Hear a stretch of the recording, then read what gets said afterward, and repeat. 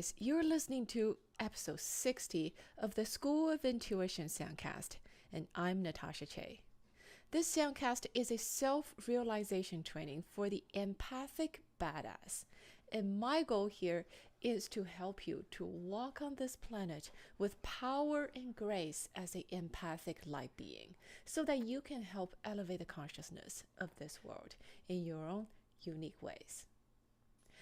In this soundcast, I'm sharing with you what I know both verbally and non-verbally.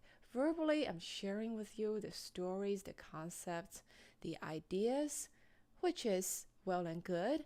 But on the other hand, this is also an energetic transmission, and I'm sharing with you what I know non-verbally.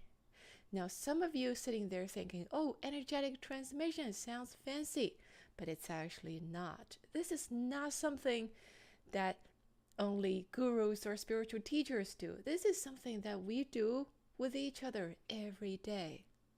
Every human interaction, every interaction you have with any sentient being, whether it's face-to-face or it's remotely, there is an energetic transmission going on, an exchange of information and energy.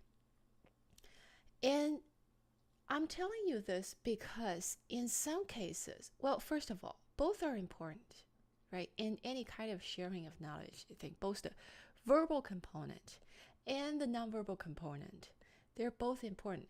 But in some scenarios, the energetic transmission is oftentimes more important than the verbal part.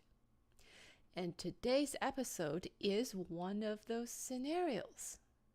Because what I'm going to talk about in this episode, the cross-dimensional existence, this is something that I find very hard to put into words.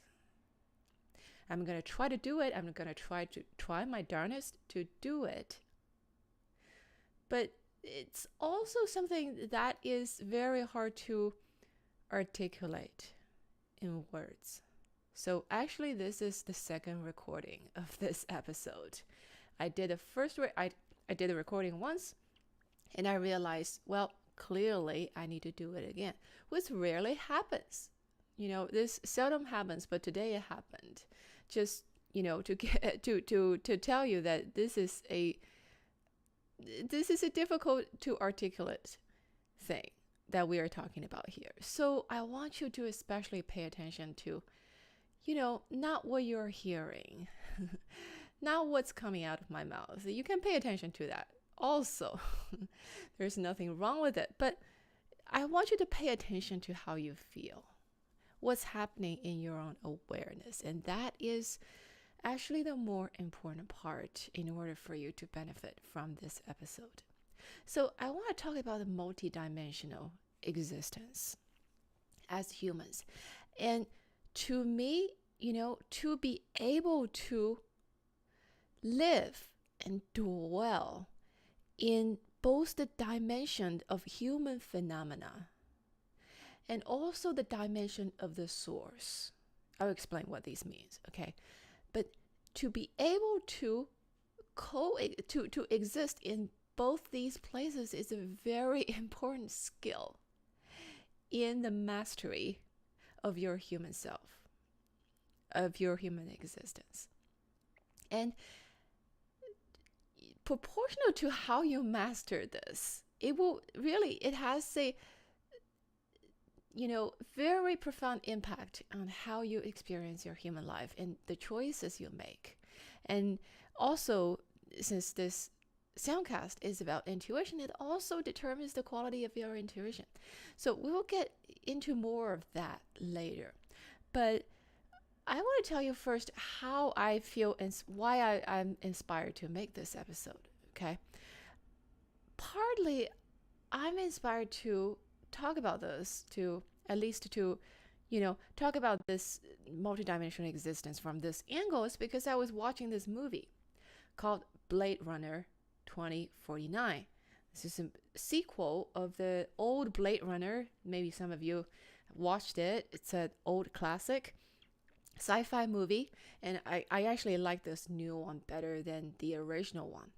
But the premise of this Blade Runner movie, Blade Runner 2049, is, this location, the setting is in a very advanced civilization many years from now on Earth, right? So there is this species, well, maybe it's not quite a species, but they're called replicants, who are basically clones of human beings. But these are very advanced artificial intelligence, these so-called replicants. So they have the human emotions, they have human thoughts, they look like humans, function like humans, and also they have been implanted with memories, with artificial human memories. So from the subjective view of the replicant, it's as if they have a human personal history, right? So basically, they have all the elements, all the components of the definition of human being. Now, one of the central conflicts that motivates the storyline of this movie is this main character played by Ryan Gosling. He is a replicant, or he was told that he was a replicant. But something happened that made him question that. So he was on a quest throughout this movie to find out whether he is a replicant or a human. So it's a very interesting journey, but as I was watching this movie, I kept thinking, well, Ryan Gosling, you know what? This quest is all well and good, but it's actually a little bit pointless. Because, if you look at this objectively, the replicants and the humans, 99% of the time, there's no difference between them. The only difference being the human was born from a womb, from a woman, and the replicants are factory manufactured. They're coming out of a assembly line. So the premise, the underlying assumption is the human beings are more, quote unquote, authentic. They're more original. They're more unique. So that's why it's a big deal to figure out whether he is a replicant or a human. So, but if you think about it, if you objectively looking at what human beings do and how human beings function, 99% of the time, for 99% of human beings, we are no different from very sophisticated artificial intelligence. In other words, very sophisticated computers. Most of the time, most of us, we live in this dimension of phenomena. And what I mean by the dimension of phenomena is this is what this world that we live in is all about, right? This is the world of matter. It's a world of emotions, thoughts, energies. These are all matters of different levels of density, right? And as human beings, you have a predictable character. You have character traits. You have a storyline of your life. And for most people, our lives are like trains running on the train track. The track is pretty much already scripted, already written. And where the train is going is quite predictable, no matter whether you're actually consciously aware of it or not. Now, for example, I, as a character of Natasha Che, I have certain human traits. And one of the traits I have is I'm an introvert. So as an introvert, I have predictable behaviors. For example, if I walk into an elevator and there's a person standing there, at most, I would say hello, followed by a long stretch of dead silence until the elevator ride is over. And this is because in my programming as this introverted character, Microprogramming says she is extremely bad at making small talks. So I'm simply following my program, and my behavior is very predictable. Now, even the human improvements and growth, they are also predictable because they're basically replacing the scripts that work better for the scripts that didn't work. You replace a more constructive script with a program for a programming that may not be so constructive. And that's what self-improvement is all about. However, if you look at the whole thing, the human life as a whole, we are very, very predictable because 99% of the time, we function as very sophisticated machines and computers. So I know this is a little bit hard to swallow for some people because we like to think we have free will and we have free choices and we determine our own fate and everything. And that is a optical illusion from the point of the ego, I would say.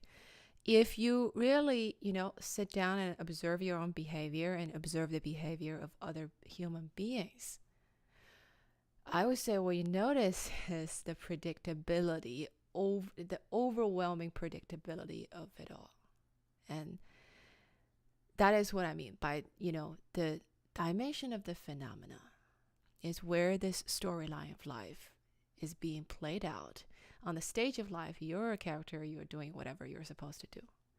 And we're all sort of like puppets on a string, right? Except in this case, the string is not controlled by you. So the string is a program that's already written. So that is the dimension. That's why what I'm saying, the replicant in the sci-fi movie Blade Runner is not that different, actually, from how humans work. However, that is the most of the case. The 99% of scenario is not 100%. Because we are, as human beings, as sentient beings, we don't just live on the dimension of phenomena, though that's what most people do. But you also have access to another dimension, which I call dimension of the source. Different people call it different names. In some Buddhist traditions, they call it the primordial. My old mentor, Bill Bauman, called it the quantum. And some people call it the God zone. But it is essentially this dimension, this space of existence before existence.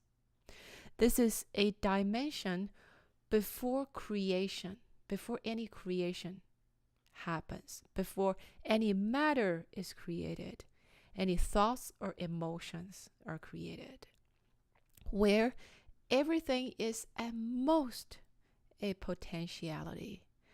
And what prevails in this dimension is nothingness, is emptiness.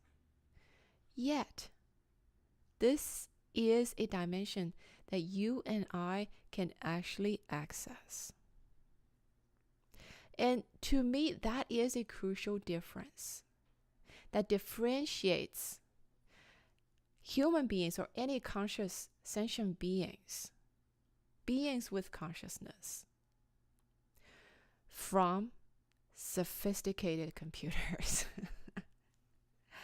However, this distinction is so non-obvious. This distinction, 99% of the time, do not exist. Because most humans, we live in the dimension of phenomena. Okay? Very few humans actually live in the dimension of the source.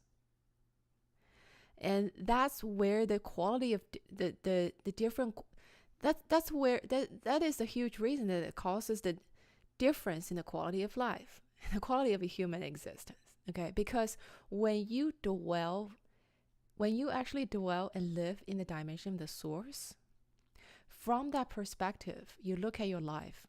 Then you're looking at your life from the perspective of the creator. You're no longer the puppet on the string. You're actually the one creating the string. Okay? But if you are living in the dimension of phenomena, you are the train running on a train track that's already written. So, people who start their spiritual journey, a typical way that people got propelled to become spiritual seekers is when they ask the question, is this all there is? You typically hear people say, well, I go to school, I get a job, I get married, I have kids, but then I start wondering, is this all there is to life? Where does that question come from? That question comes from your intuition is trying to tell you that you have been living in the dimension of phenomena all your life, but there is actually more to your existence than that. When you have that question, that is a prompt from your intuition to tell you that there's more to life than the dimension of phenomena. There is a percentage of the population at a certain point in their life come to ask this question. And if you're listening to this soundcast, you're probably one of those people. But most people live their whole life without having to ask that question.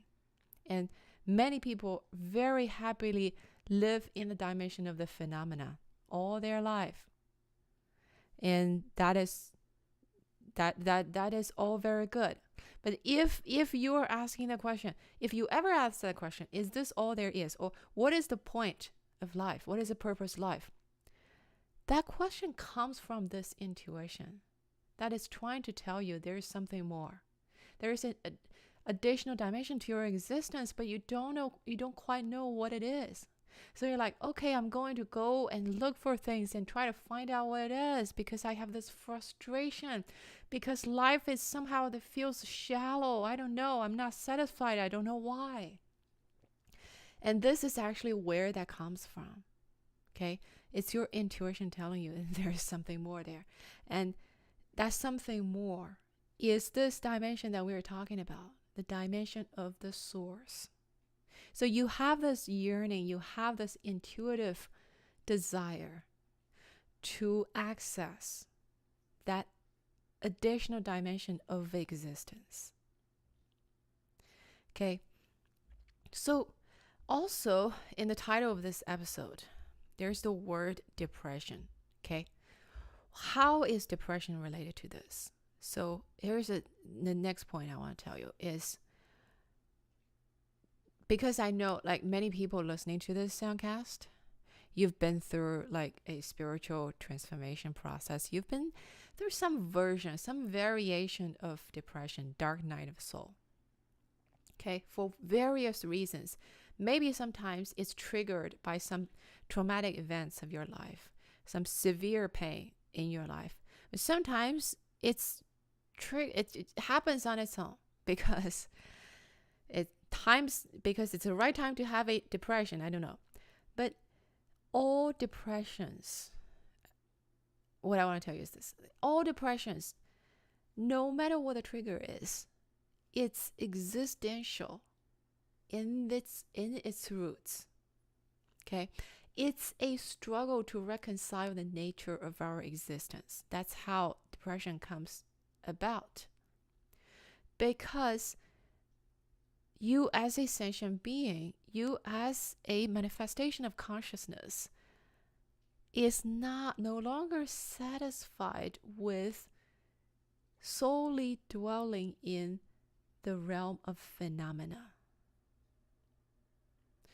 because at some point it becomes a, it becomes a existence that make you, that creates this feeling, creates this, inkling sensation that you're somehow, a pawn in a game. And that's where this purpose of life question comes about. Okay. So it's a struggle. A lot of times at the root of any depression, it's a struggle. It's this confusion about where you actually exist. So when you access the dimension of the source, when you live from the dimension of the source, you actually do not have the what's the purpose of life question. Because remember, when we talk about the dimension of the source is pre-creation. It's at the place where this concept of purpose is actually not yet created. Okay?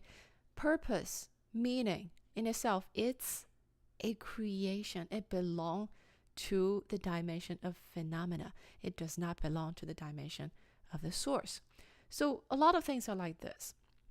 Many things in your life, when you look at it from the point of view when you're dwelling in the dimension of phenomena, they're huge. They're huge conflicts, huge stories, huge drama, huge problems. However, if you dwell in the dimension of the source, you look at the same thing, you're like, oh, how curious, how interesting. This magnificent phenomenon of creation. So a analogy of it is virtual reality. People nowadays, you have these virtual reality headset. You put them on and you have a really fantastic experience that takes you to unusual places that you normally wouldn't go.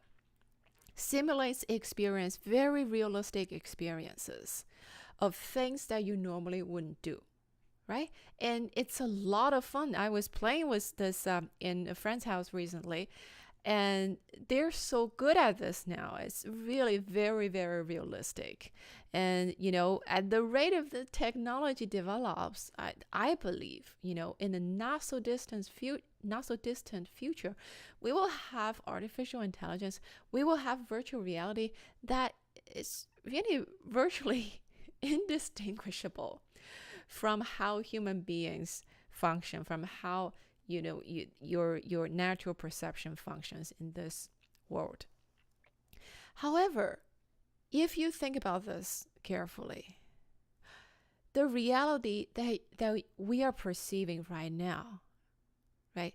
The reality that it's surrounding you right now, it is not different from virtual reality.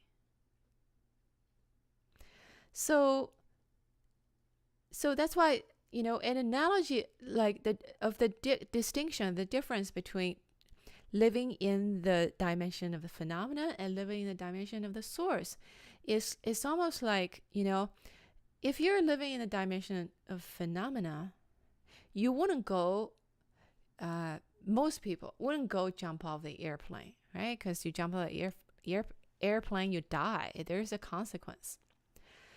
But if you're wearing a virtual reality headset, you would love to try jumping off an airplane because it's a thrilling experience. It's quite interesting. Similar idea, analogy of that. When you are dwelling in the space in the dimension of phenomena, your choices, your behaviors are limited by the natural limitations of your humanness. You have fears, you have worries, you have concerns, you have this and that, all the human limitations. Okay? But when you're looking at things from the dimension of the source, it's like this whole thing, human experience, is a virtual reality. It's so exciting. It's so entertaining. And like you want to try everything. So you have a very, very different point of view and perspective. It gives you a kind of personal freedom, a kind of limitlessness. Natasha, articulate, please. That you do not have when you are solely living from the dimension of phenomena. So that's why I say, when you are living from the dimension of the source, your human experience takes on a different quality. Okay? And your human experience is perceived differently. My personal experience is that the more I live from the dimension of the source, the more engaged I am in my human experience, the more committed I am in my human experience. In other words, I live life more fully. And that's because, again, from the dimension of the source, you have that freedom. You have that luxury, so to speak, to fully engage in that experience because it's sort of like a virtual reality. It's fun, it's exciting, it's a manifestation of consciousness. It's a play of consciousness and whatever. You take it not lightly, but you take it lighter. You hold the experience differently. I'm not saying you don't have the human fear, human emotion anymore. Still, I get stressed in a stressful situation. I get fearful, I get concerned, I get sad or angry. However, when you hold those emotions from the space of the source, you have more expansiveness.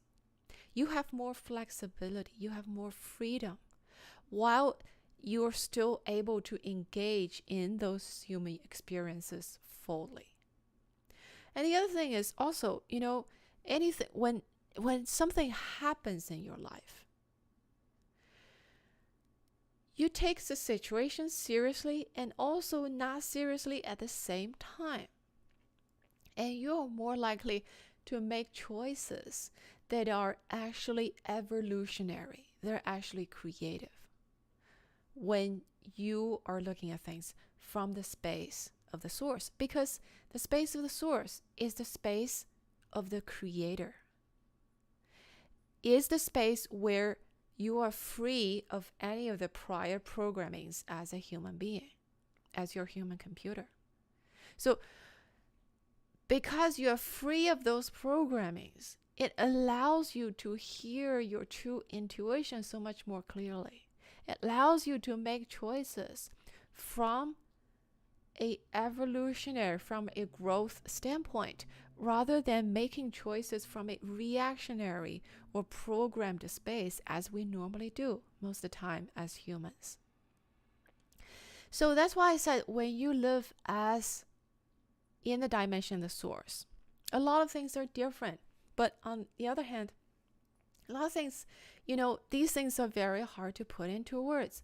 But, I tried, and I hope it gives you a sense of it. And also, many of you who are listening, you've already had the experience of,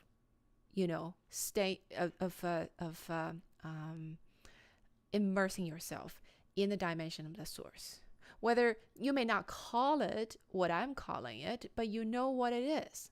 And as I'm telling you this, if you've had experience before, this will resonate. This will resonate with you, resonates with the part of you that know you had the experience. Okay, so now there is a caveat I want to tell you about, is living in the dimension of the source. This is not a escape clause from human reality. That is a common spiritual trap that people fall into. Is you hear people say, this world is all a illusion. It doesn't matter. Well, there's illusion and then there's illusion. You can say the world is an illusion. A lot of people say the world is an illusion when they are actually in the dimension of phenomena. And when you're in the dimension of phenomena and you tell yourself the world is an illusion, you are really deluding yourself, because that becomes a escape from whatever human complexity or pain or conflict or trouble that you don't want to deal with. Okay? And that is different from when you are staying in the dimension of the source and you say, this is an illusion. It has a different quality to it. Because when you're saying this is illusion, from the perspective of the source, this is actually a very interesting thing. There's no negative connotation to it, because this is an illusion that you created. This is the virtual reality that you want to play with. Okay? So it definitely does not mean that this is not important or this experience can be dismissed because it's an illusion. Because you know what? Whether it's an illusion or not, you're in the game right now. It is real as long as you're in the game. You're in the human game. The rules of human games apply. You can call it whatever you want, but it's real. It's real because you are in the game until you're not. Okay? So this is not an escape clause from life. I want to emphasize that. Okay? And you will know this when you hear people say, life is illusion, nothing matters. A lot of times people don't approach this really from an authentic place. Okay, so that's something I want to remind you of. Now, the $1 million question. Natasha, you've been talking all about living in the dimension of the source. Okay, you described so much of it, but how?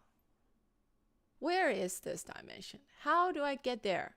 Is it, go out the door, turn right, walk 3 blocks, turn left? I cannot give you that kind of direction. Okay, there is no step 1, 2, 3 to get to the dimension of the source. However, there are several things we can do. Now, the first thing we can do, which we've already been doing all this time while you're listening to this episode, because I am telling you all this from the dimension of phenomena. Yes, of course. But I have been telling you this about all this from the dimension of the source. And you've been listening to this from both dimensions as well. That's why, remember at the beginning, I tell you, pay attention to your awareness, to how you feel. And sometimes when you're accessing the dimension of source, there is a certain quality to it. It's not an emotional or, energetic quality, but there is a sense, sometimes there is a sense of neutralness. There's a sense of openness, expansiveness. There's a sense of stillness, this peace that is hard to describe. There's this peace that is so steady, so undisturbable. Is that a word, Natasha? Undisturbable. But you get what I mean, right? So there is this quality to this experience that, sometimes tell your conscious mind, you're actually accessing the dimension of the source. And also, as I told you, as I'm describing this, some of you already have the experience and it will resonate with the part of you that know what it is. and it will provide a anchor in you, so that gives you on the subconscious level, give you the anchor of the experience, and so to allow it to happen more easily on a spontaneous level. And also the other thing is, this whole time I'm describing what it is like to live in the dimension of the source, right? But that in itself is a description. It's not a thing itself. It's like your finger pointing to the moon. Your finger is not the moon, right? Your finger is just pointing to the moon. So my description is that finger. It doesn't get you directly to the moon. However, if you look at a finger long enough, at some point, trapdoor opens in your consciousness and you fall into the dimension of the source. That happens, I'm telling you. And that's how it happened to me, is when I'm, when I kind of dwell in the vicinity of it and I try to explore it, when I try to find out what it is, one day something clicks and it happens. And then once you have that anchor in you, it's easier and easier for you to actually have that experience, for you to actually drop into the dimension of the source. And from there, you notice you look at things differently. You make choices differently. You live your life differently. And you don't have the question, the very futile question of what is the point? What is the purpose of my life? Because as a creator, you do not ask that question. You create the purpose yourself. So that question is pointless. Okay, so that's all for this episode. Again, I want to thank you for making this Soundcast part of your weekly routine. And if you have not joined the Empathic Badass Tribe, you should go to natashachey.com/school and join us. And I will see you next time.